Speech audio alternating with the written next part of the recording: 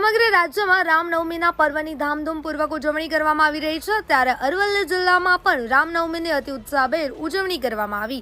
રામનવમીના દિવસે રામજી મંદિર ખાતે વિશેષ પૂજા અર્ચના સહિતના કાર્યક્રમો યોજવામાં આવ્યા હતા।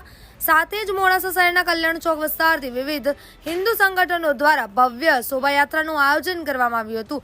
મોડાસા શહેરના કલ્યાણ ચોકથી યાત્રા નીકળી હતી અને શોભાયાત્રામાં મોટી સંખ્યામાં નગરજનો જોડાયા હતા।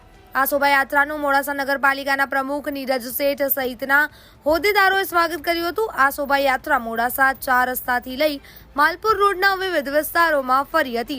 આજના દિવસે શહેરમાં ધામધૂમપૂર્વક ઉજવણી કરવામાં આવી હતી। શોભાયાત્રા દરમિયાન કોઈ પણ અનિચ્છનીય બનાવ ન બને તે માટે ટાઉન પોલીસ દ્વારા ચુસ્ત પોલીસ બંદોબસ્ત ગોઠવવામાં આવ્યો હતો। ઋતુલ પ્રજાપતિ સાથે નીરવ પ્રજાપતિ, સમાચાર 31 અરવલ્લી।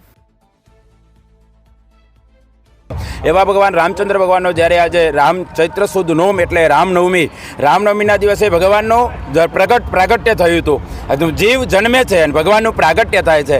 એવા આજે મોડાસાની નગરની અંદર ઘણા વર્ષોથી ચૈત્ર સુદ નોમના દિવસે સંજયભાઈ ભાવસાર તથા એમની ટીમ દ્વારા અને વિશ્વ હિન્દુ પરિષદ દ્વારા ઘણા વર્ષોથી જ્યારે રામચંદ્ર ભગવાનની જન્મોત્સવ નિમિત્તે આખી મોડાસા નગરના અંદર શોભાયાત્રા કાઢવામાં આવે છે, તેની અંદર સાધુ સંતો, મહંતો, ધર્મપ્રેમી જનતા ખૂબ ઉત્સાહભેર સાથે ભગવાન રામચંદ્રના શોભાયાત્રામાં જોડાય છે અને એ ભાવ સાથે રામચંદ્ર ભગવાન આપનું બધાનું કલ્યાણ કરે એ ભાવ સાથે બધાને જય સિયારામ, નમો નારાયણ।